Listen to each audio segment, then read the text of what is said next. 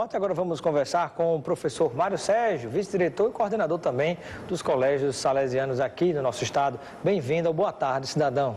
Boa tarde, Robson. Boa tarde, senhores telespectadores. É uma alegria, uma satisfação muito grande falar de uma coisa que eu me identifico muito, que é a educação em prol e trabalhar para que possamos construir uma sociedade justa e melhor. Eu gostaria de conhecer a sua visão relacionando dois temas importantes, que é a questão da educação e da impunidade, que acaba gerando mais corrupção, mais violência, né? Porque se você observar o assaltante marginal, aquele que mata e rouba para consumir droga ou para manter o comércio do tráfico de droga, o controle, ele mata muitas vezes pela lei frouxa, ele acaba escapando da prisão na audiência de custódia, fica impune. E a impunidade motiva ele cometer crime de novo. Você vai para o crime de colarinho branco, que é aquele crime cometido por deputados, vereadores, senadores, grandes homens da República, grandes homens entre aspas. E aí, diante dessa realidade, a turma rouba, desvia dinheiro público, malas e malas de dinheiro são vistas para lá e para cá, mas com a frouxidão das leis, ou o manto de proteção do foro privilegiado e tantas outras coisas acabam gerando a impunidade que motiva mais corrupção. E aí eu pergunto, é possível imaginar de alguma maneira que a educação, desde a base, possa, de algum modo, ajudar a começar a olhar no futuro e prevenir essa situação, tentar mudar essa realidade? Robson, eu vejo dois problemas assim de imediato. O problema maior, e eu refruto como número um, é justamente nós vivemos num mundo extremamente mercantilista. Nós perdemos o processo da sociabilização. Quem educa é a família, quem amplia a educação é a escola e quem forma e recebe para o desenvolvimento da cidadania é a sociedade. Mas nós estamos invertendo. Quais são os grandes problemas hoje? A família está outorgando à escola o direito e a obrigação de educar os filhos. Este é o grande problema. E o segundo é porque, segundo os grandes juristas, nós temos muitas leis e poucas ações efetivas que valorize e, ao mesmo tempo, seja coerente e justa com o que tem e com o que não tem dinheiro ou patrimônio. E aí gera esta agonia, essa insatisfação e fortalece o mundo vertical.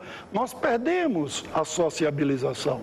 Ninguém conversa mais, ninguém troca mais informações. O próprio pai, quando ele vem a uma escola, ele não pergunta qual é o projeto político-pedagógico. A primeira pergunta dele é o ranking no Enem. Qual é o ranking no Enem? Por quê? Porque ele está preocupado com o quê? Ele está preocupado com a chegada do filho dele à sociedade. Então acelera as coisas perfeitamente. Não quer saber nem o que é que está sendo indicado em termos de educação, né? Se vai de alguma maneira contribuir para a formação do cidadão. Pensa somente dando um pulo em tudo isso, né? Somente no resultado final. Perfeitamente.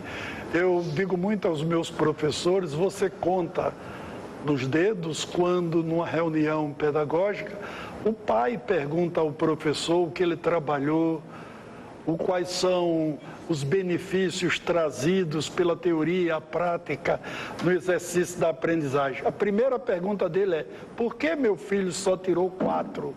Por que meu filho só tirou 3? Isso aí fortalece ainda mais o espírito de competição, abandonando os valores, abandonando o quê? Os princípios que norteiam a sociedade para a formação de um mundo melhor. Ao invés de usar a palavra culpa, eu vou usar a palavra responsabilidade. Hoje em dia, pelo que você observa, os pais têm tido o mesmo nível de responsabilidade do que antes? Acredito que o professor deve estar no exercício de sua atividade há cerca de 2 décadas ou 3, né? Como 4 já? Olha aí, 4 décadas já. E, ou seja, 4 gerações de 10 anos passaram, né? O que é que mudou? Mudou justamente a falta de tempo para a família se dedicar aos filhos. Eu vejo como esse o grande entrave. Se nós analisarmos há 20, 30 anos atrás, as famílias se reuniam em determinados horários que eram básicos e necessários, o café da manhã, o almoço do meio-dia e o jantar. Hoje isso aí foi abdicado. Quando elas se reúnem, se é que se reúnem, elas conseguem se juntarem à noite. E aí não existe tempo e espaço para que pai e filhos conversem e cheguem a um denominador comum sobre o dia que passou, o dia vivido e como será o amanhã. E muitas vezes quando estão juntos, todos na mesma mesa, mesmo diante de uma situação que é difícil de acontecer hoje em dia, mas o telefone celular, a mídia social, a rede social, o WhatsApp, por aí vai, né, acaba desconectando todo mundo que está ali, conectando todo mundo que está ali com outras pessoas de fora que nada tem a ver com aquela família. Nós vivemos hoje, os psicólogos dizem que nós vivemos o mundo da geração Z, é extremamente imediatista. Você chega num restaurante, o pai não conversa mais com o filho. Ele interioriza, ele exterioriza o WhatsApp, o telefone. Mas não é só ele, é pai, mãe e todos os filhos.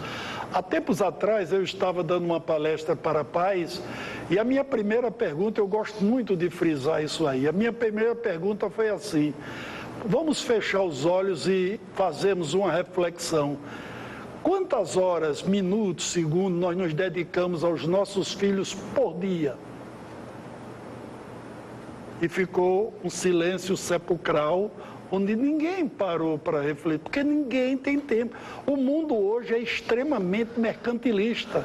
Nós estamos não preocupados com o presente, mas os acontecimentos do futuro. Se você está numa roda de amigos, todo mundo só fala no futuro. Todo mundo esbraveja contra os problemas, mas é preocupado com a inflação, com o desemprego, com a capitalização, mercantilização. E aí? E a formação, o humanismo, para que nós possamos fazer desta sociedade uma sociedade melhor, mais justa, fraterna. Eu pergunto muito aos meus alunos, para onde foram os grandes heróis? Como nós queremos e devemos viver na sociedade? São coisas que estão em aberto.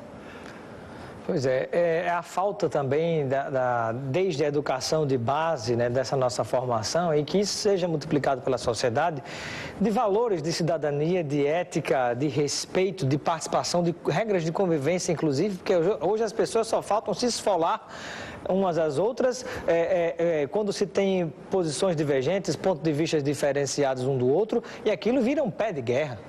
Eu digo que na sociedade, para que você possa caminhar, independente da idade, quem está de qualquer lado tem que saber diferenciar conflitos e confrontos. O conflito é de natureza social e o confronto ele deixa sequelas que jamais serão preenchidas ou resolvidas durante o entendimento dos seres humanos. Esse é o grande problema. E diante da exiguidade do tempo, da mercantilização, da necessidade de nós vivermos dentro do contexto social de um modo geral, nós pecamos e os pecados são graves. E quem paga por isso são as sociedades, é a juventude que está se transformando no mundo da modernidade. Eu digo muito uma coisa interessante. Como é que está dividido? Os pais hoje eram filhos que obedeciam aos pais. E hoje eles são pais que obedecem aos filhos. Daí o grande problema para se caminhar bem. E filhos sem orientação, né? Perfeitamente. Já dizia Dom Bosco, para se viver bem, se educa pelo exemplo. Perfeito.